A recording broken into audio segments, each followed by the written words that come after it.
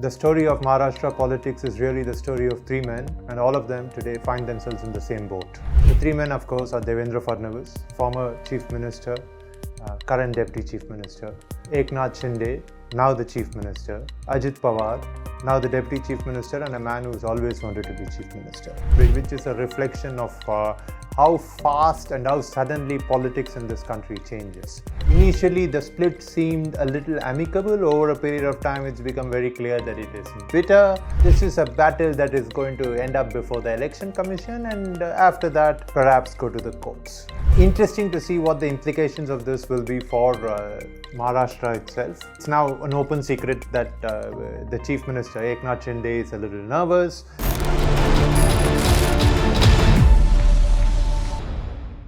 It's monsoon season in Maharashtra, and I'm told it's raining quite heavily in Mumbai. So today we're going to speak about three men in a boat, because I think the story of Maharashtra politics is really the story of three men, and all of them today find themselves in the same boat. The three men, of course, are Devendra Fadnavis, former Chief Minister, current Deputy Chief Minister; Eknath Shinde, now the Chief Minister; and Ajit Pawar, now the Deputy Chief Minister, and a man who's always wanted to be Chief Minister. News development over last weekend was really the BJP's success in breaking the NCP, pretty much like it broke the Shiv Sena almost a year ago. The numbers are still unclear, but it looks like the majority of the party, in terms of the legislators at least, are with Ajit Pawar. Clearly, we are going to, although initially the split seemed a little amicable, over a period of time it's become very clear that it is bitter. They've just stopped short of calling each other names, and this is a battle that is going to end up before the Election Commission, and after that perhaps go to the courts. So it's interesting that this happened over last weekend, simply because this is something that's been spoken about for a long period of time. I mean, it's been spoken about for almost a year. Yet when it happened, it took everyone by surprise, which is a reflection of how fast and how suddenly politics in this country changes. It's interesting to see what the implications of this will be for Maharashtra itself, because clearly it's now an open secret that the Chief Minister, Eknath Shinde, is a little nervous. The people in the BJP, as well as his group of the Shiv Sena, which is now called the Shiv Sena, are really very upset at the demands being made by the NCP legislators who have moved along with Ajit Pawar. Key portfolios are being demanded by Ajit Pawar and his people. They will probably get it. There is going to be unhappiness all around. Typically the case when there are limited things to be shared between vastly ambitious people. Like I said, three men in a boat.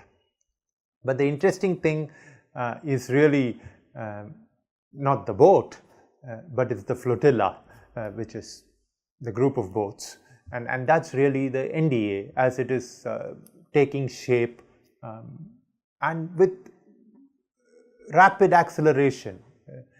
Around a month back, one of my colleagues wrote an article about how the BJP is trying to get the NDA back together. Various former constituents of the NDA were being wooed back, new ones were being courted, and that really seems to be happening. So there's talk of the Shiromani Akali Dal coming back into the NDA fold. There's talk of the Telugu Desam party coming back into the NDA fold, and there's simultaneously talk of, there's simultaneously action that we've seen in Maharashtra, where the NCP is now been broken. There are rumors and there is speculation that you could see something similar happen in Bihar, at least with some members of the Janata Dal United. Mr. Manji has already moved to effectively moved to the NDA. So you're going to see various groupings and alliances solidify and take more definite shape over the coming months, in the run-up to the elections at the end of the year, which are the state elections, and in the key national elections that will happen in 2024. And this is very, very surprising, because just around 6 months back, everyone was writing analysis and articles speaking of how difficult it was for the NDA to keep its allies, of how the BJP had lost most of its key allies.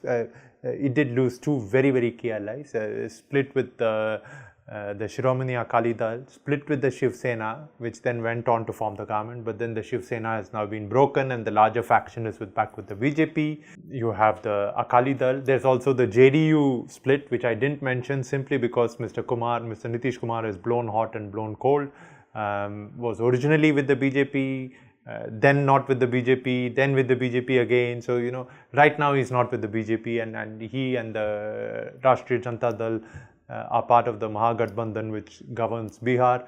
From the perspective of the national elections, everyone was speaking about how Maharashtra and Bihar were the key states to watch, because the BJP would probably not be able to replicate the success that it saw in 2024.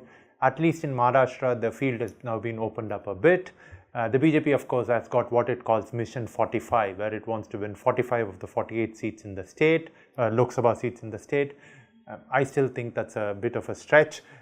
To my mind, they're definitely in a far better position now than they were even 4 or 5 months ago. And Bihar now seems to be opening up. It'll be very, very interesting to see what happens in that state. So stay tuned. And there's never a dull moment in Indian politics. For this moment, because it's raining, and it's raining even here in Delhi where I'm based, please do think of 3 men in a boat.